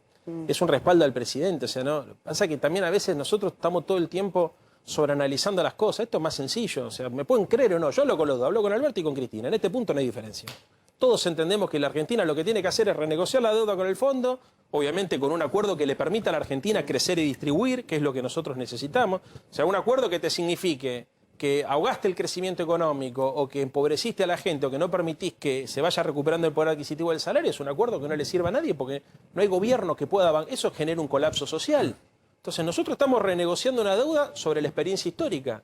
Por eso se demoró un poquitito más, además de por la pandemia y porque se desplomó el comercio mundial y todo lo que sabemos. Ahora, en esto no hay discusión, no hay discusión. La discusión, a ver, para mí, al revés. No, o sea, sí, hubo una discusión profunda hace 3 meses con la carta de Cristina diciendo que hay un ajuste fiscal equivocado.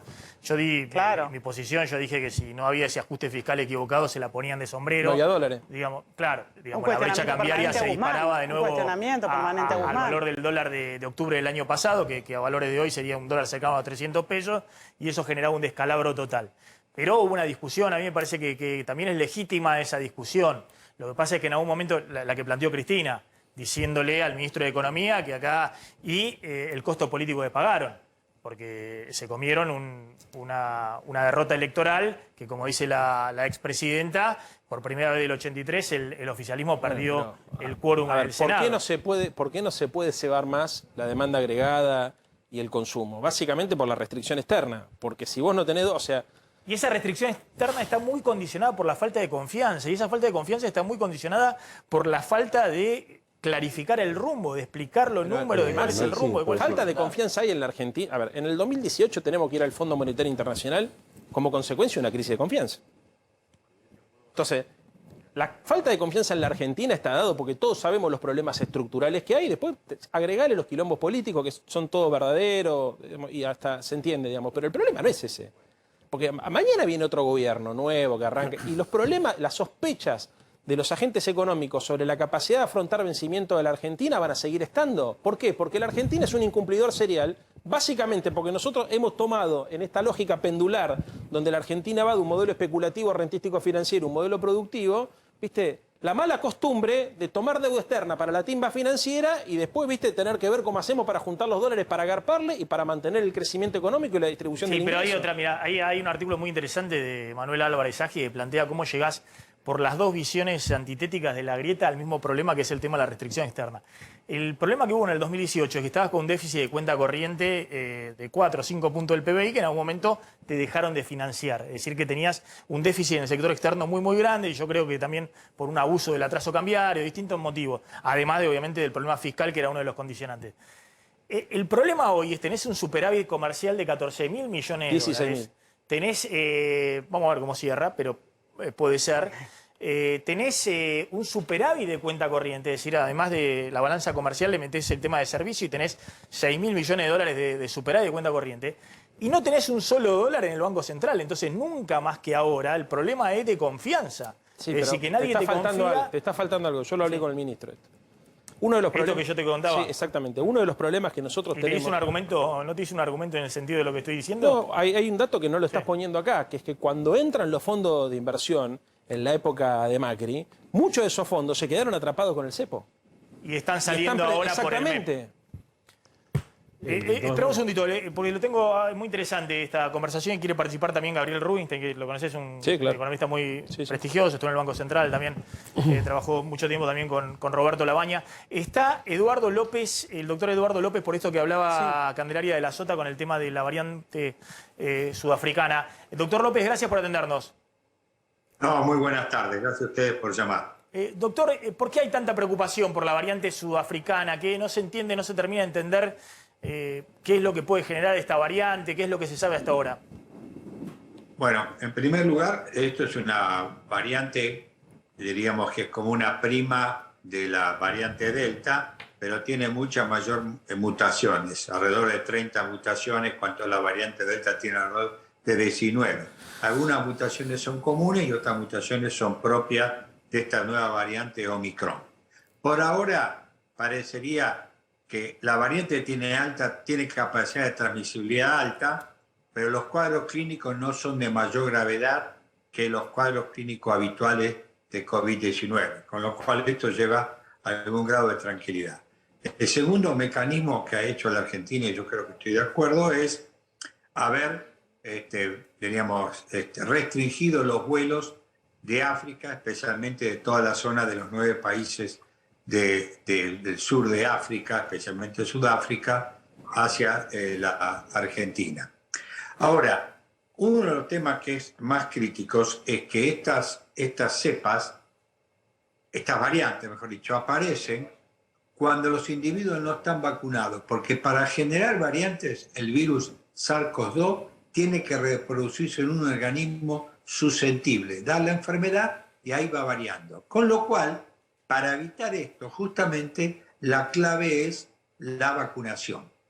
Y Argentina, ¿no?, tiene un tema bastante complejo. Tiene 2 millones de individuos que decidieron no vacunarse, por lo menos hasta la semana pasada. Y hay alrededor de más de 4 millones de individuos que tienen una sola dosis y no se han acercado a recibir la segunda, y son básicamente adultos jóvenes entre 18 y 39 años de edad. Con lo cual, el esfuerzo, diríamos, de aumentar la vacunación también tiene que tener un correlato de que la gente se quiera vacunar. ¿Me explico? Y eso es muy importante, porque si nosotros, esta variante ingresa con mucha fuerza, tendríamos el problema que tendríamos mucha población susceptible porque no está vacunada o está parcialmente vacunada. Ahora, de toda manera, creo que no hay que hacer de esto un mundo terrible, porque por ahora hubo muchos casos en Sudáfrica, pero la internación en terapia intensiva hasta hoy y la mortalidad no ha sido afectada por esta cepa Omicron. Y para terminar, esta cepa, creo que vale la pena comentar lo que dijo la OMS, que hoy por hoy no se puede saber cuánto es el enorme grado de transmisibilidad y a su vez que aparentemente hasta ahora no hay datos de mayor gravedad de esta cepa. Doctor, espéreme un segundito que está Diego de Nicolás ahí en la terminal portuaria por este crucero que venía de África, a ver qué pasó con eso. De Cabo Verde. Exactamente, hubo un caso positivo de COVID. Diego. Bueno, Maxi, sí, se trata de este crucero llamado Hamburgo, que tiene bandera de Bahamas y que venía justamente de Cabo Verde. Arribó el día viernes y había dado aviso la tripulación del barco que a bordo había una persona que tenía los síntomas del virus y que estaba aislada dentro de un camarote. Bueno, lo que se habla es que se decidió hacer un hisopado. De hecho, el Ministerio de Salud hace algunos minutos nada más emitió un comunicado donde dice que se hicieron todos los test, todos los hisopados en menos de 24 horas a estos pasajeros y que todos dieron negativo, dice el Ministerio de Salud. Inclusive ese pasajero que tenía los síntomas y que estaba aislado arriba del buque. Ahora bien, hay otro tema que es lo que genera más controversia en torno a esta situación. De acuerdo a las normas que tiene la Argentina emitidas en estos días, ¿qué pasa cuando un buque viene de África? Se lo confundió y se pensó que en lugar de venir de Cabo Verde o que Cabo Verde estaba en África, estaba en otro lugar del planeta y sobre eso no había restricciones. Bueno, este es un punto que todavía resta determinar para saber exactamente qué sucedió ahí. Lo que sí, Maxi, te puedo confirmar, porque recién vimos algunos pasajeros, aquellos que vinieron en ese buque han podido descender a la ciudad de Buenos Aires. De hecho, recién, hace algunos minutos, una pareja alemana volvió caminando, había salido a recorrer Buenos Aires y ahora ingresó nuevamente a la terminal, con lo cual pudimos comprobar que efectivamente los pasajeros de ese buque han podido descender del barco, caminar por Buenos Aires y regresar a este barco aquí en la terminal de cruceros del puerto de la ciudad de Buenos Aires. Maxi. Bien, Diego, gracias. Volvemos ahí en cualquier momento. Sí, que bajen del barco y gasten algunos dólares acá en la ciudad de Buenos Aires que se requieren. Le querías hacer una pregunta para el doctor López. Quería preguntarle al doctor, ¿qué se sabe hasta ahora respecto de la efectividad de las vacunas que están siendo distribuidas en el mundo con respecto a esta nueva variante? Porque una de las preocupaciones era que no responde a las vacunas que tenemos, ni a ninguna de ellas, ni a las que tienen tecnología más moderna o a las que tienen tecnología más antigua. Yo creo que usted me apreciaba a mí, porque es una de las preguntas más difíciles que hay. En realidad es una pregunta sumamente importante. Hoy por hoy han reconocido los laboratorios productores de vacunas que no tienen todavía los datos. El primero que lo van a tener es Pfizer y Moderna, porque ha sido un pedido que ha hecho el gobierno también de Israel porque es el primer país que es un cierre total, diríamos, porque ellos están con muy pocos casos y con una alta vacunación, básicamente con la vacuna de Pfizer. Sí, hasta entonces, 3 para dosis, ellos es una... Claro, entonces ellos están pidiendo esto, todavía no hay datos, tampoco hay datos de Sputnik, ni tampoco hay datos de la vacuna china, ¿no? Ni tampoco de AstraZeneca. Yo creo que en las próximas semanas van a aparecer, y creo que van a aparecer más casos en Europa, pero creo que todavía no va a ser un brote nuevo, un rebrote sobre un brote ya instalado con la Delta. ¿Está bien? Ahí la clave de Europa, ¿sabe cuál es? Es que Europa tiene 30-35% según los países no vacunados. En cambio, Portugal y España, que tienen un porcentaje alto de vacunados, el número de casos es muy bajo. Así que una vez más se atan los brotes a tener población susceptible, esto es, no vacunada o vacunado con una sola dosis, ahí está el tema. Pero yo creo que en los próximos 14 días vamos a tener ese dato, que es una pregunta muy importante para poder contestar, ¿no?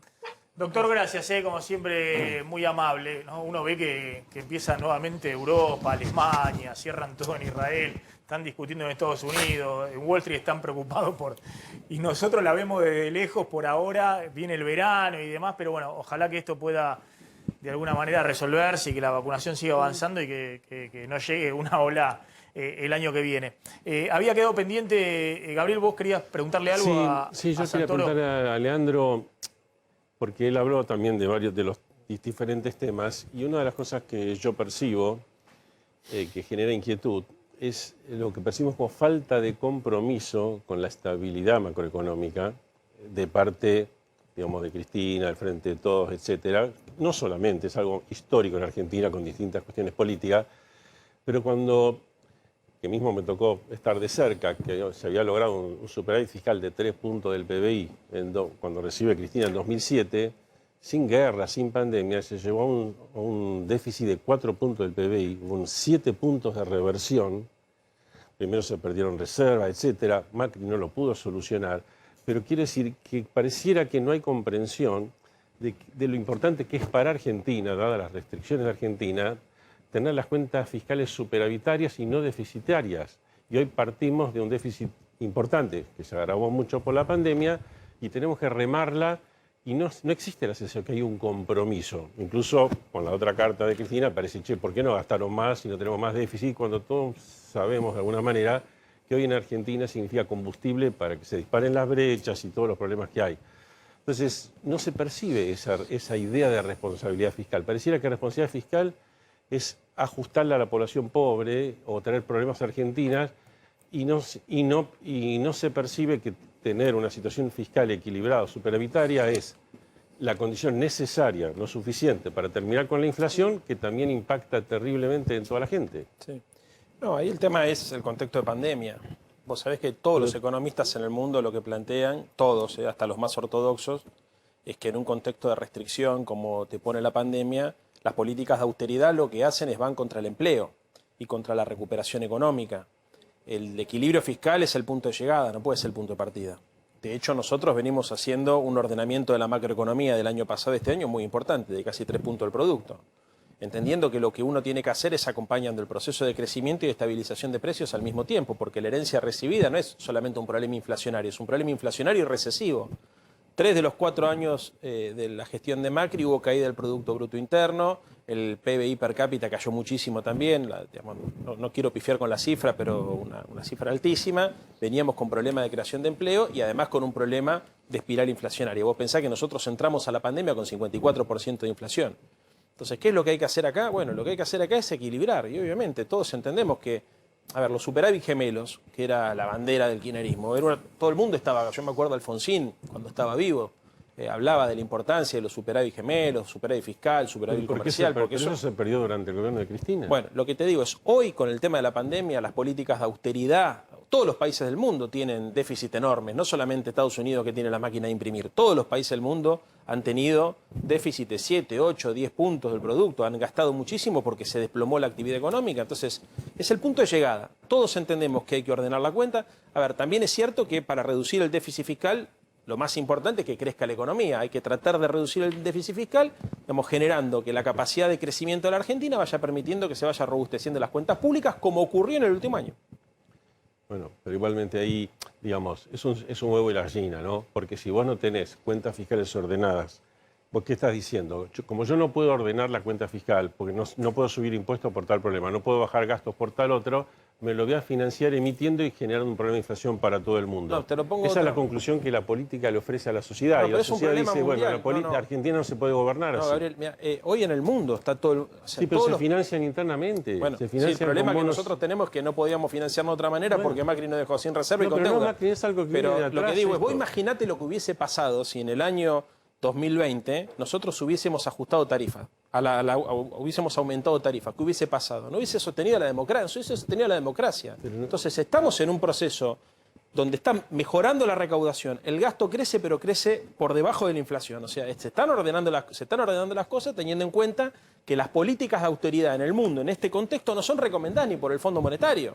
A ver, Entonces, de todas maneras... en a ver, este contexto, A ¿no? ver, yo vengo diciendo claramente que en el primer semestre del año, cuando transcurrió la segunda ola, el gobierno, vía licuación, como quieran llamarlo, licuó gran parte del gasto público, que es como se hace cuando tenés 50% de inflación. No se recorta, como hacía López Murphy, 12% los salarios, la jubilación, y directamente se deja actualizándolo por debajo de la inflación y de la recaudación, y de esa manera se licúa el gasto público. Me parece que esa discusión que hacíamos siempre, Guzmán decía, no, estamos expandiendo, están todos mejorando en términos reales. La zanjó Cristina cuando dijo acá un ajuste fiscal, perdieron todo, lo mismo que nosotros explicamos, el primer semestre del año. Y sobre todo en el segundo trimestre, cuando la Argentina sufrió la segunda ola, que fue devastadora, fue mucho peor de lo que fue el año pasado, la primera ola en términos de fallecidos. También yo conté acá varias veces que los paquetes de expansión fiscal de Brasil y de Chile, por decir dos países de la región, fueron más grandes que los argentinos. Claro. Y que Argentina hizo, bueno, con lo que tenía, su paquete de expansión fiscal el año pasado, financiado íntegramente por emisión monetaria. Ahora, más allá de lo que ocurrió este año, que efectivamente la licuación funcionó para achicar fuertemente el déficit fiscal, me parece lo que está planteando Gabriel es si hay convicción en todo el gobierno de que vos tenés que sostener un rumbo para adelante, porque claramente sos la Argentina. No sos ni Brasil, ni Chile, ni los países que pueden darse el lujo, y obviamente ni que Estados Unidos, que este año duplicó el paquete fiscal que había hecho Trump el año pasado. Lo que pasa es que ahora, ustedes son conscientes de por que supuesto. la Argentina en estas condiciones y implica para el gobierno que está a cargo de la gestión costo político. Y significa también repartir esos costos Sí, pero políticos. el problema no es el costo político. Si fuera por el costo político, lo asumimos todo. Ya pagaron una cuota en la derrota electoral. El problema es el electa. costo social. Sí. El problema es el costo social. Cuando nosotros hablamos de ir hacia una política de equilibrio inmediata, una política de shock, estamos hablando de cuadruplicar o de triplicar las tarifas de servicio público, de triplicar o cuadruplicar las tarifas de transporte. Estamos hablando de reducir jubilaciones o de que las jubilaciones pierdan más de lo que ya perdieron. Y eso la democracia argentina no tolera. Digamos, porque la restricción que vos le tenés que agregar, las restricciones macroeconómicas son las restricciones sociales. Vos venías perdiendo 20 puntos del salario durante la gestión de Macri y perdiste otro tanto ahora en la pandemia. Entonces la gente no da para más, ¿viste? Bueno, O sea, vos vamos a ver agarrás- qué pasa en el verano cuando tengan que Entonces, empezar a recortar la cuenta de Bueno, pero por eso, de- a ver, de el subsidio. tema es cómo uno va esto es cómo vas equilibrando y ordenando las cosas con inteligencia, digamos, y sin que los números te cierren con la gente adentro, como decimos nosotros, y al mismo tiempo somos todos conscientes que la inflación es policausal o multicausal y que uno de los temas es la emisión monetaria, básicamente porque eso termina yendo al dólar por distintos mecanismos, desde la lectura heterodoxa nuestra, vos sabés cómo pensamos, así que no es que nosotros ignoramos este tema, lo que también por otro lado decimos es que, ojo, que las políticas de ajuste que están proponiendo un sector de la sociedad, traducido a la gente, ¿saben lo que significa eso? Hasta incluso más inflación en el corto plazo, aunque parezca insólito, porque Macri tenía, digamos, había planchado la emisión monetaria, tenía por el cielo las tasas de interés, había aumentado las tarifas y se fue con una inflación del 54%. Había reducido los subsidios y se fue con... Entonces, si vos repetís ese proyecto, Lo peor que podría pasar acá es un shock que te genere desocupación e inflación. Entonces, ¿es un problema? Sí, es un problema. Esta es la realidad Bueno, económica. es que de la Argentina. lamentablemente en el corto plazo vamos a ver cómo manejan la nominalidad de la economía, porque estamos con 50% de inflación y efectivamente se ajustan tarifas de servicios públicos. ¿Va Si inflación? el dólar corre más rápido de lo que claro. está corriendo hasta ahora, junto con la inflación, los próximos 6 meses, lamentablemente, tal vez tengamos más inflación, no menos Y inflación. eso puede ser un colapso social. Pero sería en Y ese bueno, pero caso- es lo que están ustedes negociando con el fondo. Evitándolo. Si nosotros no negociáramos con el fondo e hiciéramos lo que el Fondo Monetario Internacional generalmente le recomienda a los otros países del mundo, es Grecia esto. Entonces, para que no terminara así, justamente, si no, es lo que dijo Alberto. Mire, muchachos, si nosotros estamos discutiendo porque estamos buscando mejores condiciones para la Argentina, no para este gobierno, para el que venga y para el otro. Pero en ese caso sería más honesto que dijeran, no podemos subir impuestos, que a lo mejor sí pueden subir algunos, no podemos bajar gastos por tal y tal cosa, por los subsidios por tarifa, y lamentablemente la economía cierra con una inflación muy alta. Hoy no lo podemos solucionar, veremos más adelante. Pero no que se comprometan con una estabilidad que no pueden hacer el delivery de eso, no lo pueden ofrecer porque no hacen las cosas que hay que hacer. pero no no digo ni ustedes ni siquiera solo. No, yo te entendí, también. sí. Ahora hay un política. gran aliado, que es el Fondo Monetario para el gobierno, que vos le pones a la FMI que te subís cualquier impuesto y te dice que sí. Bueno, a veces el hay- FMI tiene pero a dos veces cuestiones hay- que son pero a veces El Fondo Monetario históricas. Internacional Una es hay que subirte asumir. todos los impuestos, de retenciones hasta bienes Pero a veces personales hay del que que quiera. asumir, hay veces El hay que que quiera. asumir. Maxi, Y el después, Fondo Monetario Internacional no me está intervengas en el tipo de cambio. Déjame el dólar que flote a 150 pesos. Es que es más civilizado que Argentina hasta dijera, mira, vamos a subir el IVA, vamos a subir esto, vamos a subir el otro, pero vamos a bajar la inflación. Está bien, al primero Está bien. tenés un problema. El fondo- Pero si no estás diciendo que la inflación viene de no sé dónde. Y, Subí el IVA, subí cualquier impuesto en este pero ¿sabés contexto, qué vamos a pasa? ver a dónde. Bueno, pero entonces políticamente, pero- ¿cómo haces bueno, pero para tenés pasar que- el acuerdo con el fondo bueno, en pero el tendrías Congreso? que decir que no puedo hacer nada de eso y que vamos a convivir con inflación del 50% por bastante tiempo. Esperamos un segundito porque tengo a la directora De habilitación, directora de Sanidad y fiscalización Fronteras para sanidad. aclarar este tema del crucero. Bueno, Sí, estamos en comunicación con Claudia Madis. sí.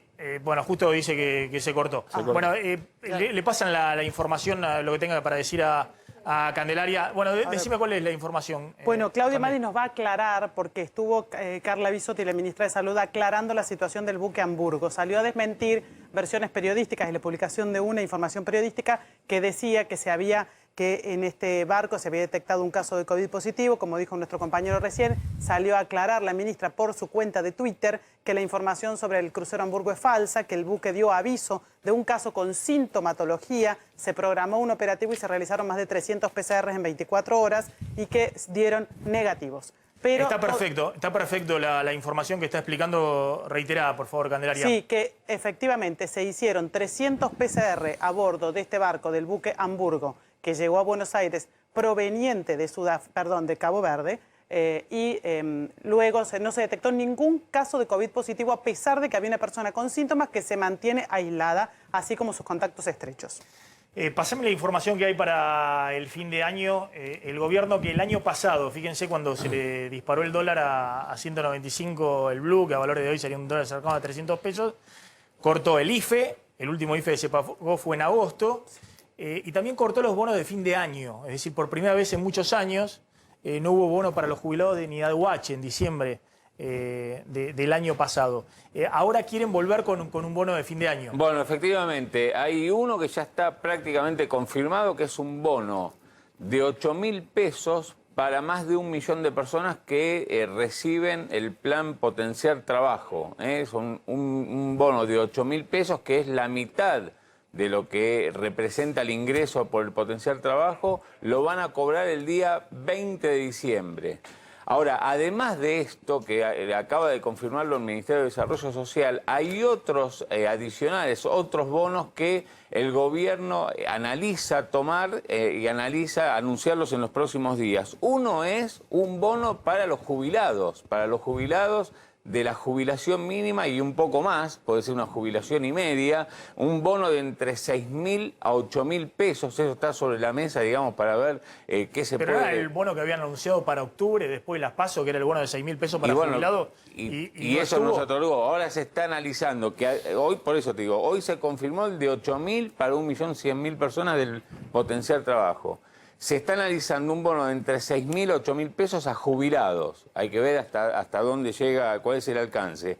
Y una adicional para quienes reciben la asignación universal por hijo y un refuerzo para la tarjeta alimentaria. Está bien, ahora te pregunto una cosa. Hasta ahora lo que está confirmado son los 8.000 pesos para 1.100.000 del potenciar el trabajo. potenciar trabajo. Eso es lo que se confirmó hace un ratito. No, porque el gobierno lanza distintas versiones, ¿no? Y después, es decir, los hicieron inscribirse en octubre del año pasado al IFE 4. Nunca más existió el IFE 4. Después de que perdieron las PASO en agosto, la oposición tomó el plan Platita y demás, pero el gobierno hizo inscribirse a la gente este año, ahora, después de la elección de septiembre, para un IFE en octubre. 15.000 pesos decían a 3 millones de personas. Nunca estuvo. Y lo mismo el bono de 6.000 pesos para los jubilados en octubre, porque obviamente siguieron perdiendo frente a la inflación. A mí lo que me cuentan, Maxi, es que... En septiembre tampoco estuvo. Por eso digo, hay que manejar con cuidado. No, pero por eso. No, me río porque, escúchame, la mitad del programa es, che, el déficit fiscal. La otra mitad del programa, che, aumenten el gasto público. Pero, me hace reír, Maxi. No, al contrario. Sos muy lindo vos. Al contrario. Me decís las dos cosas al mismo tiempo. Al contrario, ¿sabés qué? Te estás riendo porque sabes que tengo razón. Yo vengo contando todos Se ríen todos acá. Vengo contando todos los números. Al contrario, vengo contando todos los números.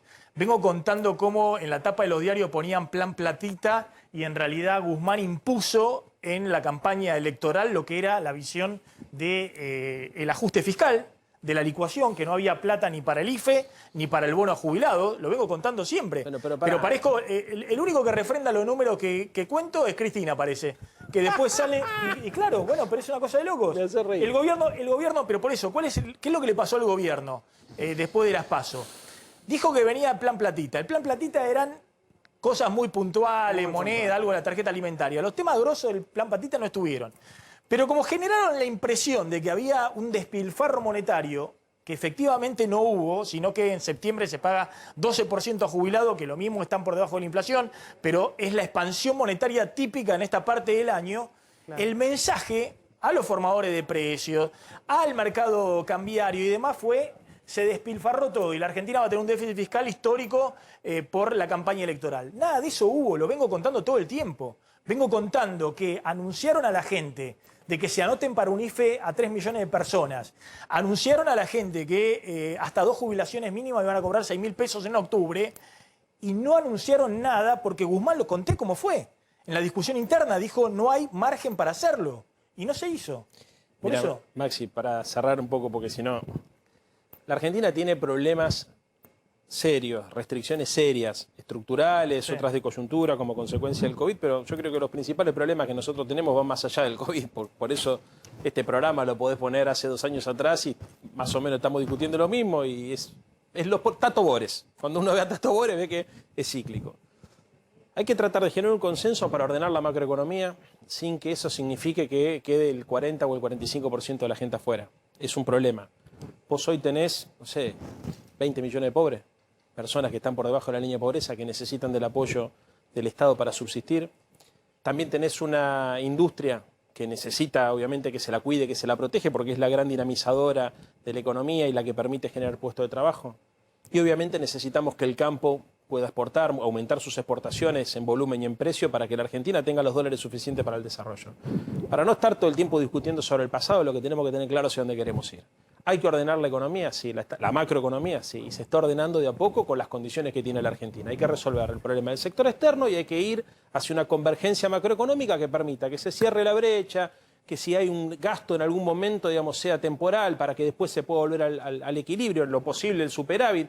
Pero esas son cosas que se van midiendo también con condicionamientos sociales y condicionamientos macroeconómicos que exceden la capacidad del Estado Nacional de intervenir. Si vos, por ejemplo, tenés, como le pasó a la Argentina, que subsidiar el caso del 50% de la planilla de personal privado de las empresas privadas, porque era la única forma de evitar que haya un quiebre masivo de empresas. Ya hablamos lo del año pasado. Entonces, bueno, exactamente. Entonces, hoy, por ejemplo, nosotros estamos inyectando mucha guita para que el sector hotelero y para el sector de la industria, que venía muy postergado, se dinamice. Porque el problema que vos tenés, y esto es la clave y con esto cierro, los países en el mundo tienen o problemas de crecimiento económico o problemas de inflación. Nosotros tenemos los dos problemas al mismo tiempo. Entonces, todo el instrumental ortodoxo, que te sirve para estabilizar los precios, te complica la recuperación económica. Y el instrumental heterodoxo, que te sirve para aumentar la actividad económica y crear empleo, te complica la inflación. Entonces, es inevitable que la Argentina tenga que hacer equilibrio. La forma contraria, que es lo que propone la derecha dura, que te dice acá, basta de emisión, basta de déficit. No, pero ¿eso sabés qué significa? Pero seguimos hablando, mira, rápidamente el cálculo. 8.000 pesos a 1 millón de personas, que es el plan potencial de trabajo, son 8.000 millones de pesos. Este año van a gastar 1.3 billones de pesos. Llegás a 900.000, es 1.300.000 millones de pesos en subsidios a tarifas de servicios públicos, de subsidios económicos más. Entonces... ¿Pero vos crees cuál sería el impacto hoy de liberar las tarifas? No, pero por eso, bueno, en plena pandemia, este año no y demás, pero tenés que dar un sendero. ¿Cuál es el sendero hacia adelante? Nosotros dijimos, es más, venía yo y hacía los cálculos. ¿Quieren dar un IFE de 45.000 millones de pesos? En este contexto, tenés un déficit fiscal de 1.5 billones de pesos. ¿Qué te hace? No te cambia.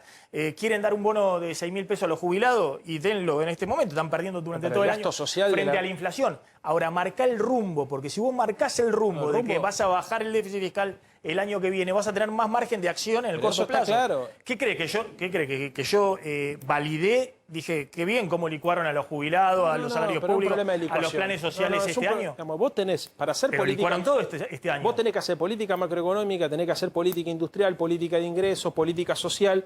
La Argentina tiene muchas restricciones al mismo tiempo y me parece... Cualquier gobierno en el contexto del gobierno de Alberto Fernández, con cualquier conformación ideológica, tendría los mismos problemas que estamos teniendo. Yo lo que digo, más allá de los problemas... Yo lo que digo es, a pesar de todo esto, la Argentina... Porque, ¿sabes qué? Es cierto que tenés un problema de inflación. Con Macri también tenías 54%. No. Pero tenías de crecimiento. Hoy lo que estás teniendo, que es lo que no estás contando, son casi 10 puntos de crecimiento en relación al año. Exactamente. Estás creando empleo industrial. Estás aumentando las exportaciones. O sea, no es que la macroeconomía es un quilombo. Porque vos tenías... La inflación de Macri era con destrucción de empleo y con caída del Producto Bruto Interno. Esta inflación, que es elevada y que hay que bajarla, es con un aumento de la capacidad instalada de la industria, con un aumento del Producto Bruto Interno, con una mejora en la redistribución del ingreso. Insuficiente porque venimos del desastre. Pero, macho, estamos haciendo un montón de cosas. Vos fijate todo lo que se ha puesto, la tasa de interés, cómo se ayuda. Hemos modificado ahora, por ejemplo, las restricciones para poder importar bienes de capital para las pymes, para $1 millón. O sea, se está trabajando en el crecimiento de la economía, en la recuperación de la economía, para que al mismo tiempo, mientras se ordena la macro, no se apague el crecimiento. Leandro Santoro, gracias. Muchas gracias. Como siempre, muy interesante. Gabriel, gracias. ¿Te convenció? No me convenció, pero es larga la discusión. La vamos a seguir en otro momento. Facundo, gracias. Ayudar a comprender un poquito cómo está la situación política en este contexto complejo. Vamos volando a la tanda. Cuando volvamos vamos a contar más cosas del tema político y económico y cuáles son los próximos pasos con el tema aumento de precios de los alimentos. Atención que vuelven a calentarse con el fin de año de los precios de los alimentos. Tanda, ya volvemos. Decíamos el precio de los alimentos. ¿Qué está pasando, Claudio? Bueno, mira, distintas consultoras que salen a medir semanalmente qué pasa con el precio de los alimentos de la canasta básica, que detectaron, por ejemplo, LSG, que es la consultora que en su momento fundó Martín Lustó, que la semana pasada los alimentos en una sola semana tuvieron una suba del 1,8%, que fue la mayor suba en el último año. Hay que irse hasta noviembre del año pasado para detectar una misma semana donde el incremento promedio de los alimentos ya ha sido del 1,8%, con lo cual, si uno toma en cuenta las últimas 4 semanas, la suba de los alimentos es del 3,7%, con lo cual, bueno, mientras todos están esperando que la inflación de noviembre cierre en torno al 3%, los alimentos están por arriba, y a pesar de que hay una pequeña canasta, pero que el gobierno quiere que esa canasta de precios congelados sea tomada como referencia para el resto, bueno, esto no se está dando, los alimentos siguen subiendo. Y pasemos a la próxima placa para ver cuáles son los alimentos que más se encarecen, y en el top 5 está la carne, las verduras, el aceite, los lácteos y los huevos y el azúcar. Bueno, saquen las verduras de ahí, el resto... Hay acuerdos de precios en todos los rubros, y pese a eso, por afuera de los acuerdos del gobierno hay incrementos y muy fuertes en los alimentos. Candelaria, muy brevemente, Carrió sorprendió con el festejo de la coalición cívica. Sí, 20 años de la coalición cívica. Mensajes para todos. Hizo un festejo en Open Door, estuvieron todos los integrantes de Juntos por el Cambio acompañándola y la verdad que repartió a diestra y siniestra. Estuvo Mauricio Macri, Horacio Rodríguez Larreta, María Eugenia Vidal, Patricia Bullrich. La única figura importante que no estuvo fue Facundo Manes. Pero ella aprovechó y le pegó al radicalismo, lo defendió Mario Negri y le tiró unos dardos bastante importantes. Dijo que no se puede ser seguir siendo amigos del Cotino Sigla. Indirectamente esto para Lustó y para aquellos que quieren una renovación de jóvenes radicales en la conducción del bloque de Juntos por el Cambio. Y por otro lado también le dijo a Rodríguez Larreta que es un gran gestor, el mejor gestor nacional, pero que la campaña en la Ciudad de Buenos Aires había sido un desastre, que había sido pésima, fea, muy fea, dijo. Así que fue elogiosa, pero también tiró unos cuantos dardos. Estuvo bastante intensa Elisa Carrió. Picante, gracias Candelaria. Nos vamos, ya llega Marce Pagano al aire de A24. Nos reencontramos mañana. Chau, pásenla bien.